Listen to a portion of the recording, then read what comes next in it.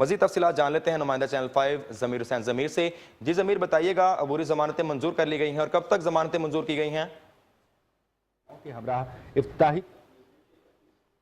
चीन के सदस्य बड़ी पेशी थी साबिक सदर आसिफ अली जरदारी और उनकी हमशीरा फरियाल तालपुर साहिबा समेत दीगर मुल्जमान जो है वो आज एहतसाब अदालत पेश हुए थे। अदालत ने आज तमाम मुल्जमान को हाजिरी यकीनी बनाने का हुक्म दिया था।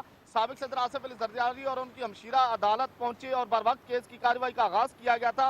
मुल्जमान जो पेश हुए उनकी हाजिरी लगाई गई और उसके अलावा अदालत की तरफ से इस्तफसार किया गया कि जो इकबाल अरई हैं उनकी डेथ सर्टिफिकेट की क्या सूरत हाल है उस पर बाकायदा तौर पर बताया गया और उसके अलावा जो मुल्जमान जिनके वारंट जारी किया गया उसकी अपडेट भी फ्राहम की गई अदालत को। और उसके अलावा साबिक सदर आसिफ अली जरदारी की तरफ से और उनकी हमशीरा की तरफ से 20-20 लाख के मचलके भी जमा करवाए गए। और इस जो आज ये बड़ा केस था इस केस की समाअत 9 मई तक मुलतवी कर दी गई और एहतसाब अदालत से बाहर साबिक सदर आसिफ अली जरदारी आए और उनसे सहाफियों ने सवालात किए जिस हवाले से उन्होंने कहा कि मुझे हुकूमत चलती हुई दिखाई नहीं दे रही। और उन्होंने मजीद कहा नैब के हवाले से उन्होंने बात की और साथ साथ मौलाना फजल रहमान के जो लॉन्ग मार्च शुरू होने जा रहा उसमें शिरकत को भी उन्होंने यकीनी बनाने का हुक्म दिया। और साथ साथ उन्होंने कहा कि अगर नवाज शरीफ इलाज के लिए बाहर जाना चाहते हैं तो उनको जाना चाहिए। ये आज साबिक सदर आसिफ अली जरदारी की तरफ से कहा गया और बड़े केस की बड़ी पेशी में वो आज एहतसाब अदालत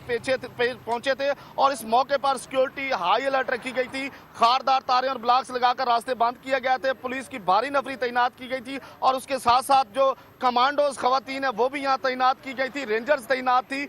बड़ी अहम समाअत थी जो कि 9 मई तक के लिए मुलतवी कर दी गई है। जी, बड़े केस की बड़ी पेशी हुई है, बुरी जमानतें मंजूर कर ली गई हैं। बहुत शुक्रिया ज़मीर हुसैन ज़मीर, आप हमें अपडेट कर रहे थे।